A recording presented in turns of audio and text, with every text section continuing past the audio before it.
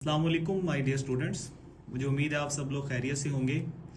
Students, आज से हम आपके लिए, कुछ स्टूडेंट्स की फरमाइश भी थी इसमें, कि हम आपको फिज़िक्स में तमाम चैप्टर्स के गेस्ट पेपर्स प्रोवाइड करेंगे चैप्टर वाइज। गेस्ट पेपर से मुराद ये होगा कि हम आपको बताएंगे कि कौन से क्वेश्चंस इस चैप्टर के इम्पोर्टेंट हैं, शॉर्ट भी, लॉन्ग भी, न्यूमेरिकल्स भी। और इसके अलावा हम तमाम अच्छे स्टूडेंट्स के लिए जो अपना कंप्लीट टॉपिक याद करते हैं किताब से, उनके लिए ये होगा कि हम आपको निशान लगा के देंगे कि हर टॉपिक से कितनी हेडिंग्स बन रही हैं हर टॉपिक में, और किस तरह आप ये टॉपिक अपने लिए पेपर के लिए लिखोगे। तो हम स्टार्ट करेंगे। स्टार्ट में ही आपकी जो पहली डेफिनेशन है वो आप जो याद करेंगे वो पैरेलल फोर्सेस की है। और उसके बाद नेक्स्ट क्वेश्चन आप तैयार करेंगे वो हमारे पास है difference between like and unlike parallel forces. Students, आप अपनी बुक को सामने रख के आप क्या करेंगे, लाइक पैरेलल फोर्सेस और अनलाइक, आप इन जैसे जैसे मैंने निशान लगाए हुए हैं आप इसको देखते जाएं और अपनी बुक पे निशान लगाते जाएं। इसके बाद हम नेक्स्ट क्वेश्चन की तरफ बढ़ेंगे। तो आपने जो नेक्स्ट हेडिंग है उसमें लिखा हुआ है एडिशन ऑफ फोर्सेस। इसमें आप एक ही लाइन याद करेंगे, अपने जेहन में रखेंगे, एज से लेकर हेड टू टेल रूल तक।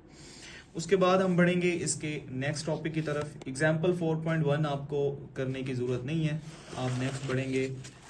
जो नेक्स्ट टॉपिक है वो है turning effect of a force. अच्छा, इस टॉपिक को आपने हेडिंग्स के साथ याद रखना है। इससे ये फ़ायदा होगा कि इसमें से जितने भी शॉर्ट क्वेश्चंस होंगे वो भी सारे सोल्व हो जाएंगे, और अगर ये एज ए लॉन्ग में है तो वो भी आपका सोल्व हो जाएगा। तो सबसे पहले आपने यही हेडिंग लिखनी है, turning effect of a force, और इसका आंसर लिखना है turning effect of a force is called torque. ये पहली हेडिंग होगी। दूसरी हेडिंग आप देंगे इसकी एग्जाम्पल्स में ये पॉइंट नंबर 1 व्हेन से लेकर, ठीक है, यहाँ तक, और ये पॉइंट नंबर 2 वो यूज से लेकर यहाँ तक, टैप तक। उसके बाद आप क्या करेंगे, उसके बाद आपने हेडिंग देनी है रिजिड बॉडी की, ठीक है। उसके बाद आपने हेडिंग देनी है द एक्सिस ऑफ रोटेशन की, ठीक है। उसके बाद आपकी नेक्स्ट हेडिंग होगी line of action of force. उसके बाद आपकी नेक्स्ट हेडिंग होगी मोमेंट आर्म। उसके बाद नेक्स्ट हेडिंग आप लिखेंगे टर्निंग इफेक्ट। यहां से आप स्टार्ट करेंगे, it is harder to open से लेकर यहां तक आप जाएंगे, यहां तक, नेक्स्ट पेज के यहां तक। ये हेडिंग बनेगी turning effect in a door. और लास्ट जो हेडिंग है वो आपकी होगी turning effect in a spanner, it require से लेकर पॉइंट बी तक। ये आपका क्वेश्चन कंप्लीट हो जाएगा हेडिंग्स के साथ। नेक्स्ट ये लॉन्ग में आ सकता है movement of force. Movement of force की डिफाइन है। डेफिनेशन के बाद आपने क्या करना है, इसका फार्मूला लिखना है। फार्मूला लिखने के बाद इस पैराग्राफ की इस लाइन में ये यूनिट लिखा हुआ है, द ऐसा यूनिट, यहाँ से लेकर यहाँ तक, ये हेडिंग यूनिट की बनाएंगे। उसके बाद आपने हेडिंग बनानी है कन्वेंशन। कन्वेंशन स्टार्ट होगी द टॉर्क से लेकर क्लॉकवाइज रोटेशन तक। उसके बाद आपके पास आपने एक्सप्लेनेशन की हेडिंग देनी है। इसमें केस नंबर 1 यहाँ से यहाँ तक है, और केस नंबर 2 आपका आखिरी पैराग्राफ है, द लाइन ज्वाइनिंग से लेकर फोर्स एफ तक। और स्टूडेंट्स, इसमें आप ये दोनों डायग्राम बना देंगे केस नंबर 2 में। ये आपका मुकम्मल लॉन्ग क्वेश्चन सोल्व हो जाएगा हेडिंग्स के साथ। नेक्स्ट है हमारे पास टॉपिक कपल।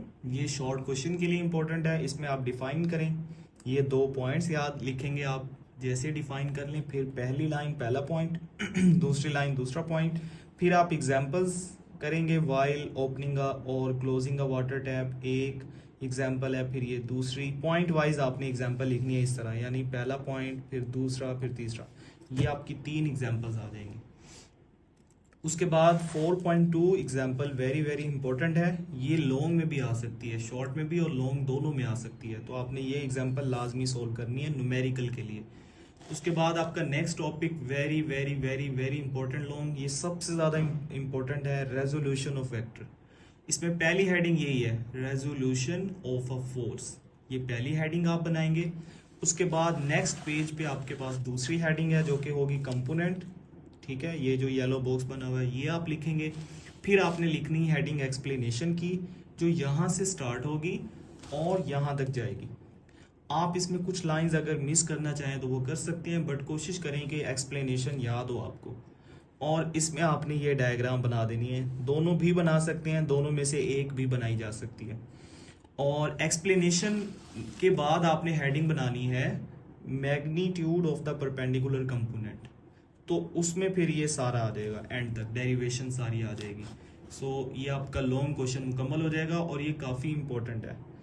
और ये जो साइड बॉक्स है ये आपने करना है लाजमी, ये application of principle of movement है, तो आपने इसे याद कर लेना है। नेक्स्ट पेज के ऊपर लिखा हुआ है ट्रिग्नोमेट्री रेशियोज। तो इसमें ट्रिग्नोमेट्री की तारीफ आप कर लेंगे पहली और ये आपने साइन कॉज और टेजेंट के जो फार्मूले लिखे हुए हैं ये आपने याद कर लेने हैं।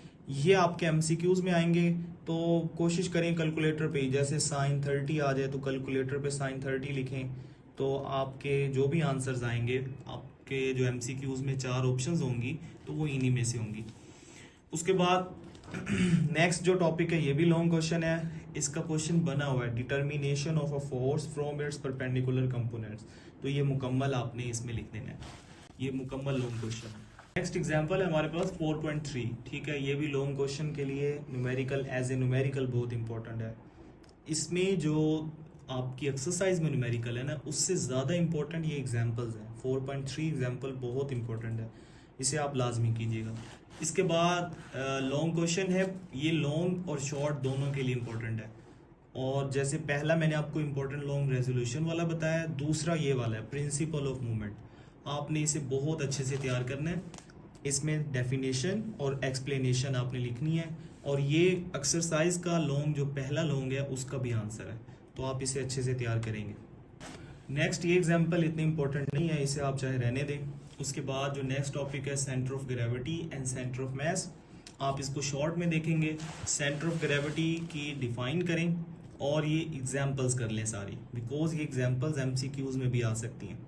अगर आप चाहें तो एक्सप्लेनेशन स्टार्ट में जो ये स्टार्ट में लिखी हुई है ये आप याद कर सकते हैं, बट ज़्यादा इंपॉर्टेंट ये है कि आप इसकी डिफाइन और एग्जाम्पल्स कर लें। उसके बाद आप ये आपका तीसरा इंपॉर्टेंट लॉन्ग है, very important long, centre of gravity of a plane lamina. अच्छा, इसमें आप इसको लिखेंगे कैसे, आपने इसमें पॉइंट्स बना लेने हैं। पॉइंट्स कैसे बनाने हैं, ये आपका पहला पॉइंट हो गया फॉर एन इरेगुलर शेप से लेकर पॉइंट्स तक, फिर ईच टाइम से लेकर प्लम लाइन तक दूसरा पॉइंट, फिर द एग्जैक्ट पोजीशन से लेकर ईच अदर तक तीसरा, और फिर लास्ट लाइन चौथा पॉइंट। तो ये 4 पॉइंट्स विद डायग्राम आपका ये लॉन्ग मुकम्मल हो जाएगा। फिर सेंटर ऑफ मास जो है इसकी एक्सप्लेनेशन कर लें थोड़ी सी, और इससे ज़्यादा इंपॉर्टेंट एक्सप्लेनेशन से ज़्यादा इंपॉर्टेंट इसकी डिफाइन है। तो इसका क्वेश्चन जो शॉर्ट बनेगा वो बोर्ड में कई बार आता है, डिफाइन सेंटर ऑफ मास और डिफाइन सेंटर ऑफ ग्रेविटी। ठीक है, डिफरेंस में भी आ सकता है ये। नेक्स्ट आपका टॉपिक है इक्विलिब्रियम। इसमें आपने सबसे पहले इसकी डिफाइन याद करनी है। डिफाइन के बाद आपने इसकी टाइप्स याद करनी है। टाइप्स 2 तरह की है, स्टेबल और स्टैटिक और डायनामिक इक्विलिब्रियम। दोनों की डिफाइंस याद करने के बाद फिर दोनों की एग्जांपल्स याद करनी है। देखिए मैंने यहाँ हेडिंग्स बनाई हुई है। पहली जो आपने हेडिंग बनानी है ये स्टैटिक की एग्जांपल है। Book laying on a table, heading बना लीजिएगा, ये यहाँ तक जाएगी अदर तक, और उसके बाद नेक्स्ट हेडिंग बनाइएगा इलेक्ट्रिक बल्ब, ये पूरा पैराग्राफ आ जाएगा वेट तक। फिर डायनामिक इक्विलिब्रियम की आप एग्जांपल जो देंगे वो पैराट्रूपर की है, ये पूरा पैराग्राफ आ जाएगा। उसके बाद नेक्स्ट है कंडीशंस, ये आपका चौथा इंपॉर्टेंट लॉन्ग है, very very very important long. इसमें फर्स्ट कंडीशन आएगी, मुकम्मल आपने करनी है। आप पहले डिफाइन, फिर उसके बाद explanation by Newton second law से लेकर यहाँ तक, और इसके अलावा आप तीसरी हेडिंग बना लीजिएगा मैथमेटिकल फॉर्म।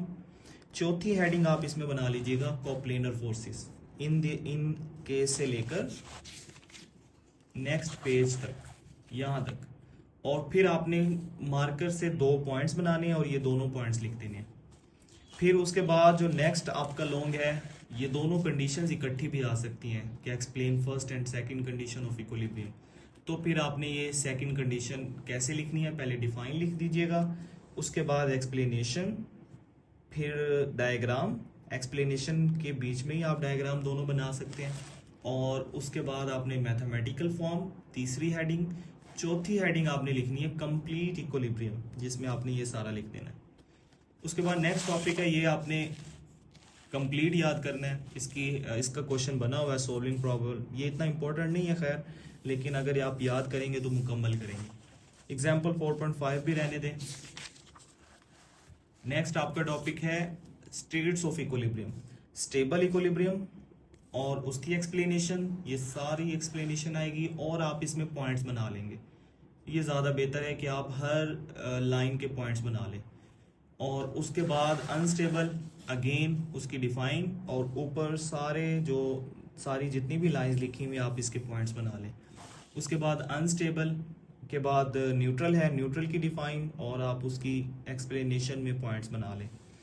उसके बाद है इम्प्रूवमेंट ऑफ स्टेबिलिटी, इस टॉपिक को भी आप पॉइंट वाइज याद कर लें जितनी भी लाइंस हैं।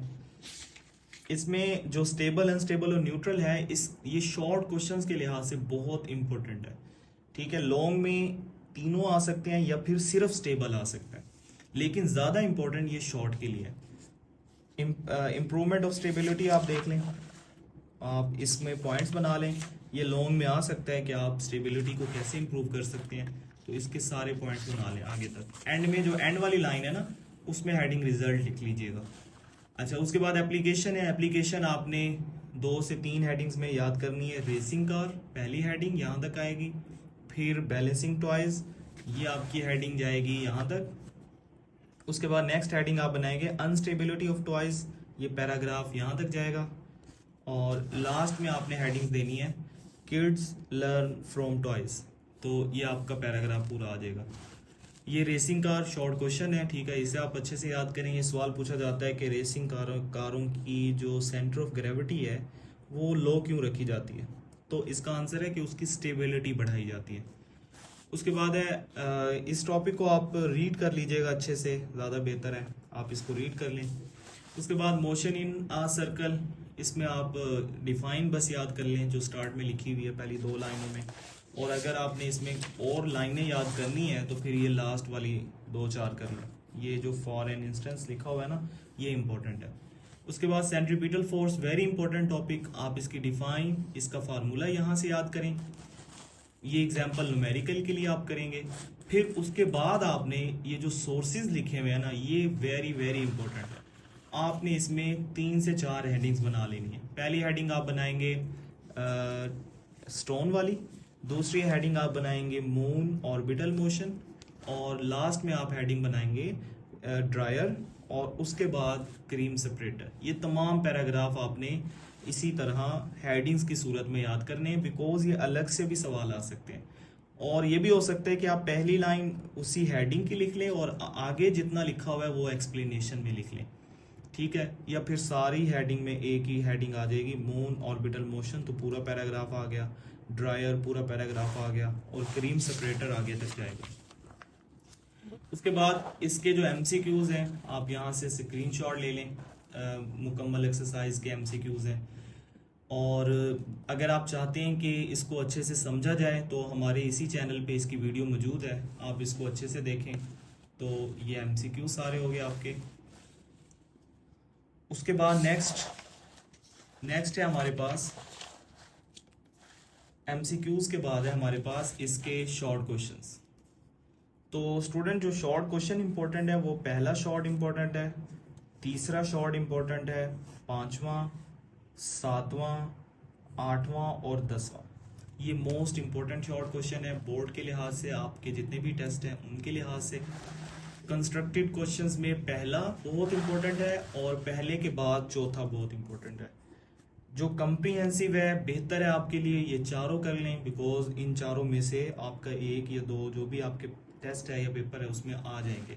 ये चारों बहुत इंपॉर्टेंट है। बाकी मैंने आपको चैप्टर वाइज आपको टॉपिक वाइज मैंने बता दिए थे। इसके अलावा रेजोल्यूशन वाला बहुत इंपॉर्टेंट है, स्टेबल इक्विलिब्रियम वाला बहुत इंपॉर्टेंट है, वो आप अच्छे से करेंगे। न्यूमेरिकल इसका जो एक्सरसाइज का है वो पहला बहुत इंपॉर्टेंट है, और उसके बाद पहले के बाद बच्चों चौथा बहुत इंपॉर्टेंट है, छठा बहुत इंपॉर्टेंट है और 8वां। और इनमें भी सबसे ज़्यादा इंपॉर्टेंट पहला ही है, पहला है और इसकी एग्जाम्पल्स हैं। उम्मीद है कि आपको ये जो निशानात हैं ये सारे आप अपनी किताब के ऊपर अच्छे से लगाएंगे और आपको ये फ़ायदा पहुंचाएंगे। अगर आप चाहते हैं कि बाकी तमाम चैप्टर्स के लिए भी हम इसी तरह की वीडियोस बनाएं तो हमें आप कमेंट बॉक्स में लाजमी बताएं, और इंशाल्लाह हम बाकी तमाम फिज़िक्स के हर एक एक चैप्टर की इसी तरह की वीडियो आपको बना के अपलोड कर देंगे। अगर वीडियो पसंद आई है तो हमारे चैनल को सब्सक्राइब कीजिए और इस वीडियो को लाइक कीजिए। Thank you.